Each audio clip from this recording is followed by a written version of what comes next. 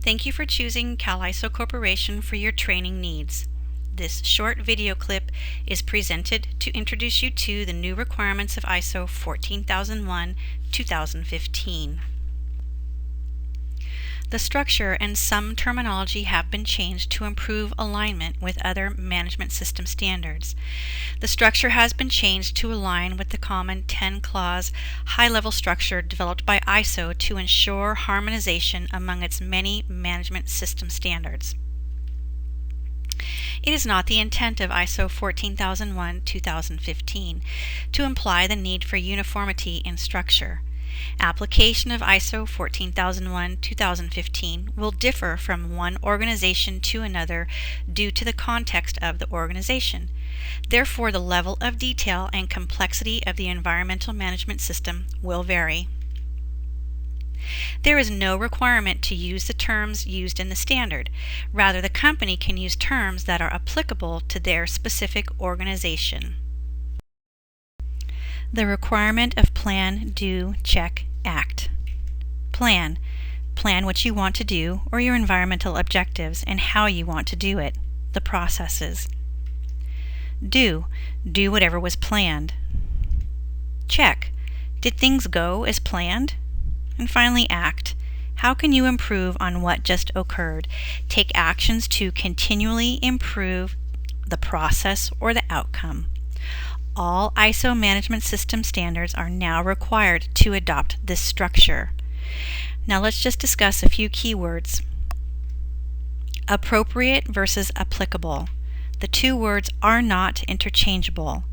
Appropriate means suitable and implies some degree of freedom, while applicable means relevant or possible to apply and implies that if it can be done, it needs to be done. Consider versus take into account. The word consider means it is necessary to think about the topic, but it can be excluded, whereas take into account means it is necessary to think about the topic, but it cannot be excluded. Continual versus continuous. Continual indicates duration that occurs over a period of time, but with intervals of interruption. Continuous indicates duration without interruption. Therefore, continual is the appropriate word to use when referring to improvement. Documented information versus documents and records. Documented information replaces the nouns documentation, documents, and records used in previous editions. To distinguish the intent of the generic term documented information, ISO 14001-2015 now uses the phrase retain documented information as evidence to mean records, and maintain documented information to mean documentation other than records, for example, a procedure. ISO 14001-2015 will provide a framework to protect the environment and respond to changing environmental conditions in balance with socioeconomic needs. It can be implemented in whole or in part to systematically improve environmental management.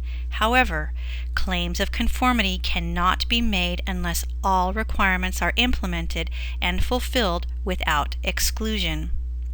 This third edition cancels and replaces the second edition, which was ISO 14001-2004. Now let's discuss the changes. What is meant by the context of the organization? It is a high-level understanding of issues, both internal and external, that affect either positively or negatively the way the organization manages its environmental responsibilities. The organization should have a high-level understanding of the expressed needs and expectations of those internal and external interested parties that have been determined to be relevant. The scope of the environmental management system is intended to clarify the physical and organizational boundaries to which the environmental management system applies. The scope should not be used to exclude activities products, services, or facilities that have significant environmental aspects or to evade compliance obligations. The organization has authority and accountability to decide how to fulfill the requirements of ISO 14001:2015. As stated earlier, implementation will differ from one organization to another due to the context of the organization. Therefore, the level of detail and complexity of the environmental management system will vary. Management demonstrates leadership and commitment by taking responsibility for ensuring that actions related to the environmental management system are performed. An environmental policy is a set of principles stated as commitments in which top management outline the intentions of the organization to support and enhance its environmental performance. It also enables the organization to set environmental objectives and achieve continual improvement. This is the first reference to documented information. In essence, this section discusses an organizational chart or reporting structure. The intent of planning is to ensure that the organization is able to achieve the intended outcome of its environmental management system, to prevent or reduce undesired effects, and to achieve continual improvement. Environmental aspects can create risks and opportunities associated with adverse environmental impacts, beneficial environmental impacts, and other effects on the organization. There are two types of environmental aspects. A direct environmental aspect is activities over which a company can be expected to have an influence and control, for example, emissions.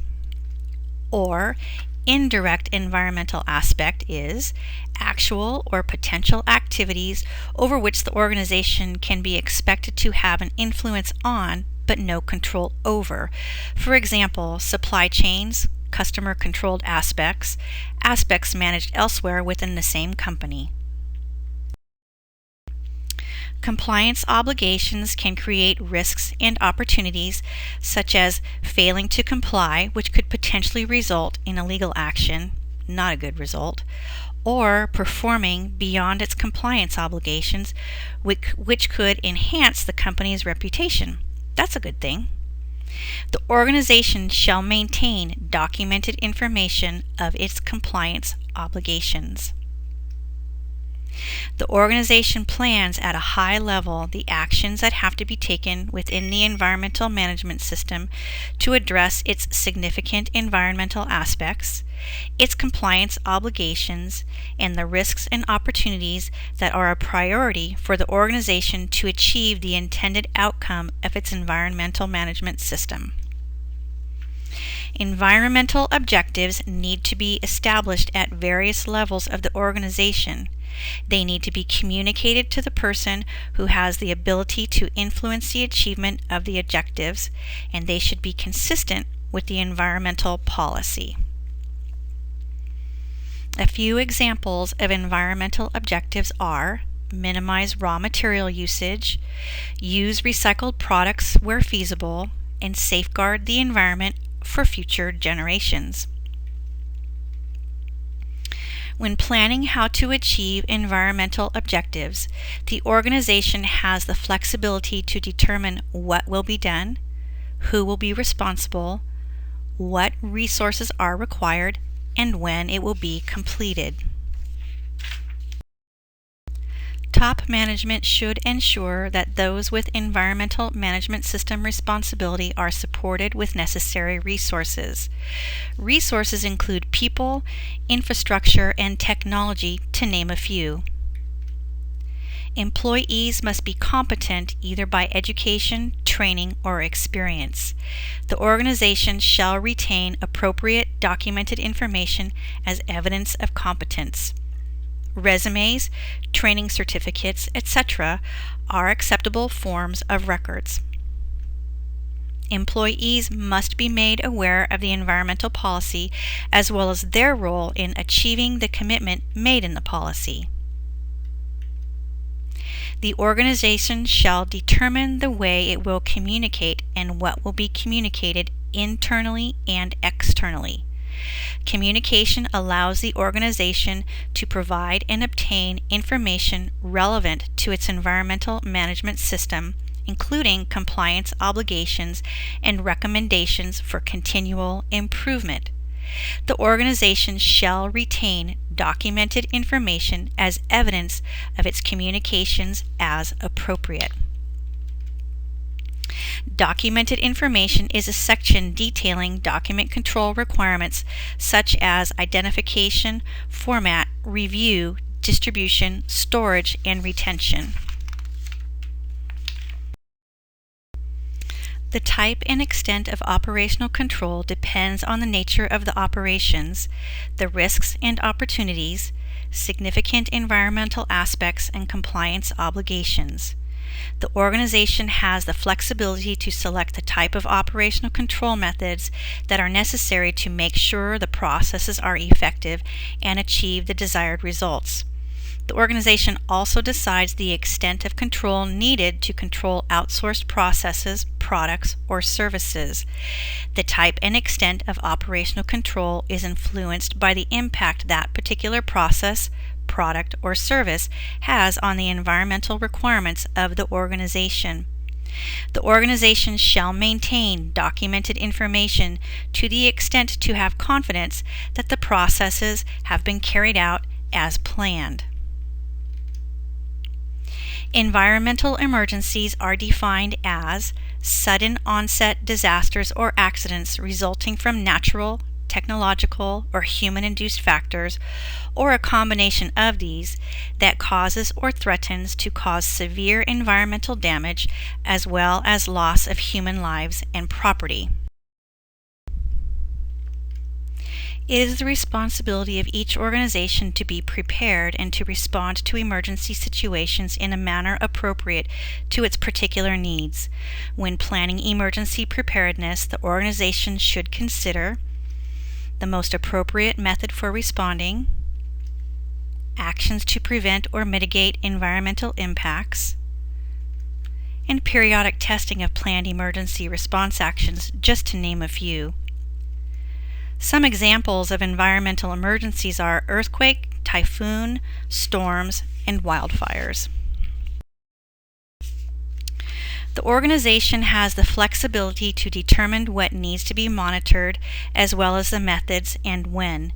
It is the organization's responsibility to ensure that calibrated equipment is maintained as appropriate.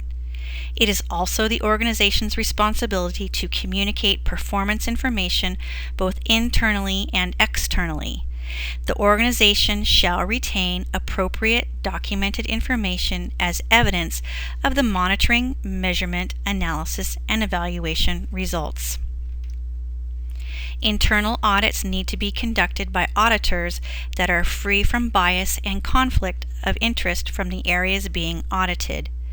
The organization shall retain documented information as evidence of the implementation of the audit program and results. Management reviews should be a high-level review of the organization's environmental management system. The review topics do not need to be addressed all at once, but rather can be spread out over a period of time and can be part of regularly scheduled management activities such as board meetings or operational meetings.